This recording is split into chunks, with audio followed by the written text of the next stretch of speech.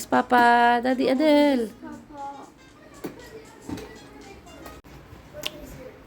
See you In 4 4 days. and Ingat ha, Daddy. makabait kayo guys, kids. Enjoy. Balik ulit tayo sa Mexico. Yeah. Ginawang Hustling, enjoy. ginawang palengke, no? Sige, Go na, guys. go na. Ikaw muna. Bye-bye. Bye. Wait mo muna yung ano. Ito na muna yung Uber, guys. Ayan na yun. So, hello sa Gaya Fam Squad! Welcome pala sa vlog natin ngayon. At ngayon nga papunta tayong airport. Lilipad tayo papuntang Mexico ulit. Tama kayo guys, at sa Cancun, Mexico naman tayo ulit. Medyo galante ang client kasi 50th birthday niya. Pangatlong balik ko na rin pala sa Mexico ngayong taon guys. Nung una nga is yung February, kasama ko ang aking family. Medyo maganda pa nga ang weather nun at umuulan pa. Nung second time ko naman bumalik dito, is Los Cabos, Mexico naman. 1 AM nga ang flight namin dito, kaya madilim pa. Pagsilip ko nga sa bintana, ay nasa Toronto na pala kami dahil nakita ko ang CN Tower. Magle-layover nga lang kami dito ng 2 hours at pagkatapos, diretso na sa Cancun, Mexico ng 4 hours.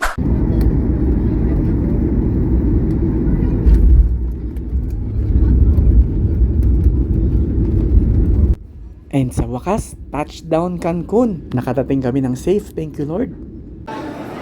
So guys, ayun na yung sa akin. Ayun na yun. Buti na lang.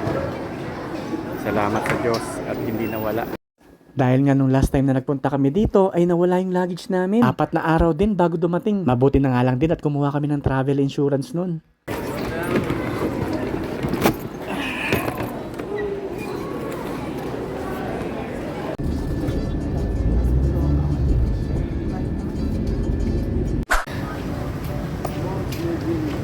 So guys, kakarating lang natin sa hotel. Pagdating mo nga sa reception ay lalagyan ka nila ng bracelet. Ito rin kasi ang magiging keycard mo sa room at ipapakita kapag kakain ka sa mga restaurant nila. Ang pangalan pala ng resort na pag-i-stay namin ay Villa del Palmar, Cancun. Ayon kay Google, ito pala ay luxury 5-star hotel at newly renovated AAA diamond rated resort. Isang ating room, may hammock pa. At this point guys, sobrang init ngayon dito sa Mexico. Napaka-humid niya at talagang pagpapawisan ka. Kapag lumabas ka nga ang lens ng camera mo ay nagmumoist agad. Ang laki nga ng room nila, parang nasa condo ka lang. O kaya parang room ng timeshare.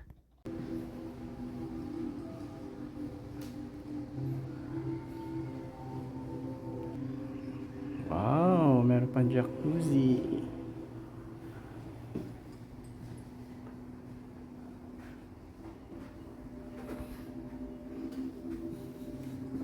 Shower. So yun guys ang ating MTV Cribs.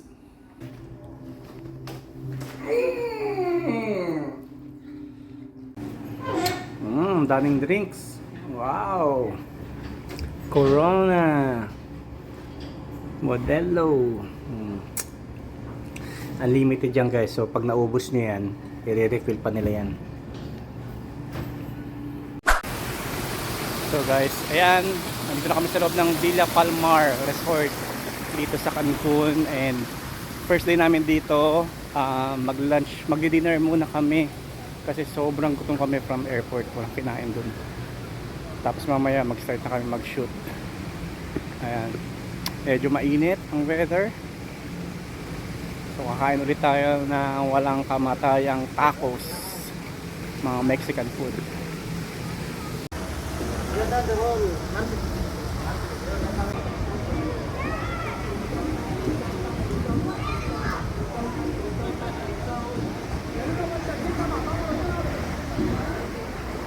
You wanna try?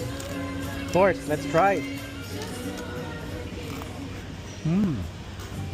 In-order ko nga pala itong quesadilla at saka itong parang pizza na taco. Light meals nga lang yung mga kinain ko kasi mamaya meron na namang kainan. Mahirap kasi kumilos habang busog na busog ka.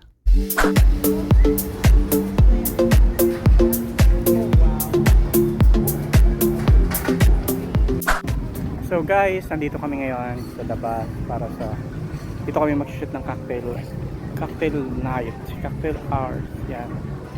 So as you can see guys, nandito kami sa may malapit sa beach area. Ang ganda ng lugar guys. Ayan. Oh, pero mainit ang ano ng hangin eh. Ayan. Start ako sa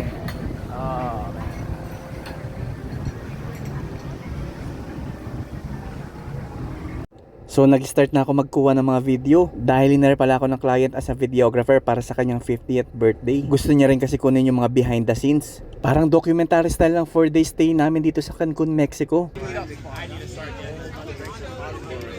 Pineapple margarita? Pineapple.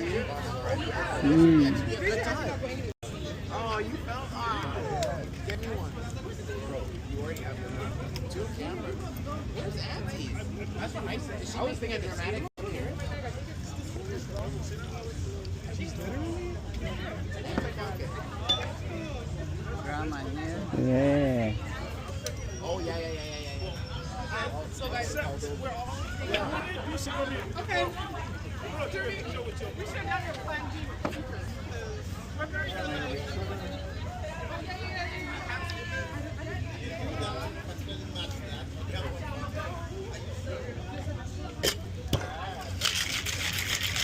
Yeah, check it.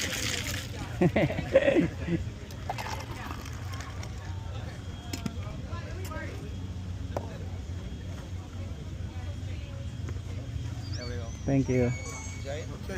So habang di pa nga nag-i-start yung program ay wala kang gagawin kundi uminom ng mga alcoholic drinks nila. Mag-selfie ka muna o kaya mag-reels para may pang-post sa Facebook.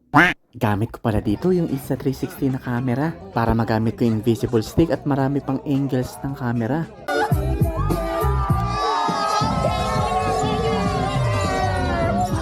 Syempre kapag naubos na yung drinks mo ay umorder ka na lang ulit. Wala naman bayad to kasi all-inclusive lahat, food and drinks.